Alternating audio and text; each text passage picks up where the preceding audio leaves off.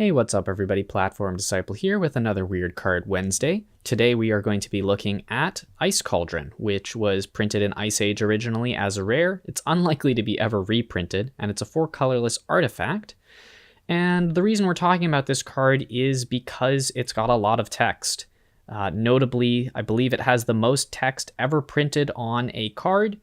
The only card that has more text printed on it, as far as I could find, was Garrick Relentless, who is a 2-sided card, so he only has more text because there is text on the backside of the card.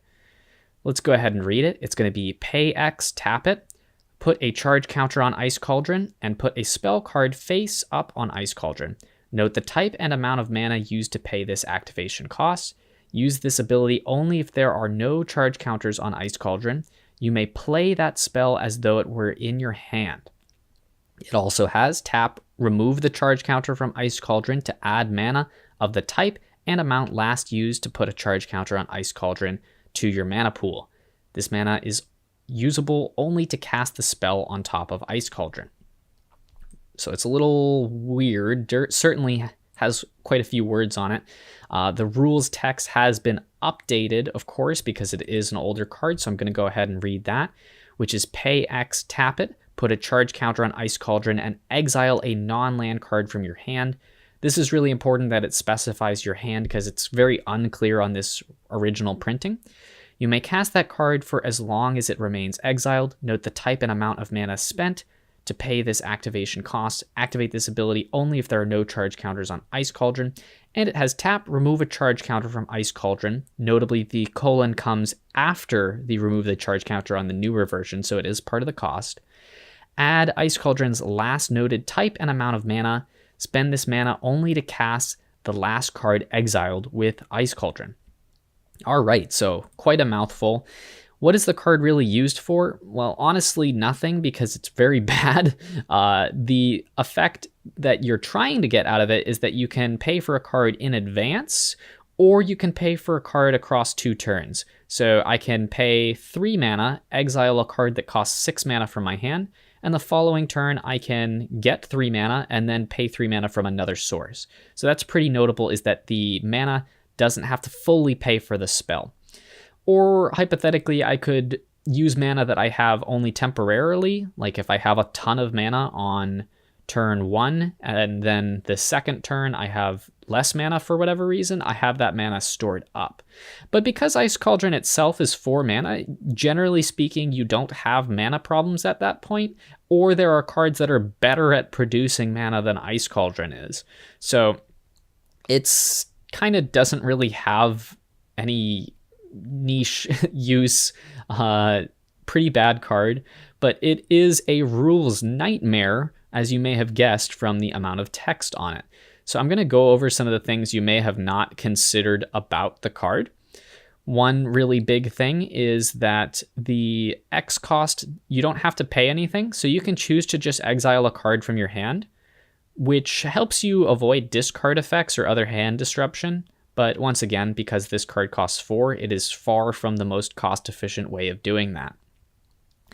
The other big thing is that you don't have to cast the spell when you add the mana and remove the charge counter from Ice Cauldron, which means that you can have more than one card exiled at a time.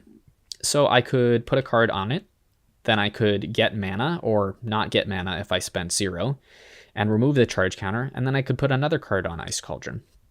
Not very useful, but hypothetically you could have basically a separate hand of cards that is under Ice Cauldron. The biggest thing to know about Ice Cauldron that I think a lot of people might overlook is that you can continue to cast the cards exiled by Ice Cauldron even if Ice Cauldron has left play entirely. If it's been destroyed or removed for some other reason, yeah, you can continue to cast the card. Basically, as soon as this card has been exiled by the first ability, it is castable from exile for the rest of the game, which is really cool, but not very interesting. I guess it is a slight advantage for the card. I mean, it's already so bad. It does help that you're not going to lose all your cards if Ice Cauldron gets destroyed for whatever reason. Those are the biggest rules things, but there are a couple weird things to know about the charge counter. Notably, charge counters can be added to Ice Cauldron by other sources, but Ice Cauldron does not remember the mana cost. It's the charge counter that remembers the mana cost. So if I put a charge counter on Ice Cauldron so that it has 2 charge counters on it, the tap ability, if I remove the charge counter that was artificially added to it, does not generate any mana. So you can't mana ramp with Ice Cauldron in any way. Or, well, you can't really, I guess, take advantage of that weird effect. And yeah, that pretty much covers it for Ice Cauldron. There isn't really anything else that you need to know about it.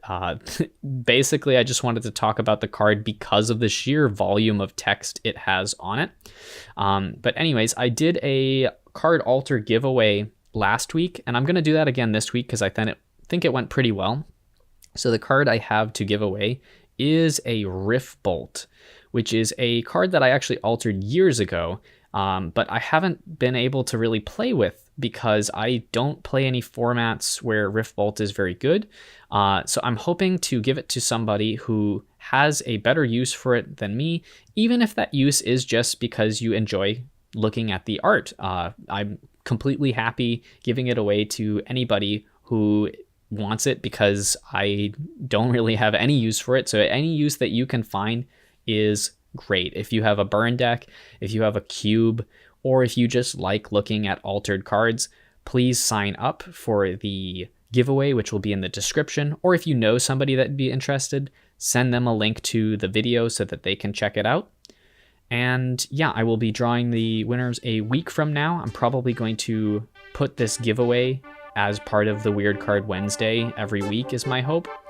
And that'll be it for this video. Until next time, everybody, peace out.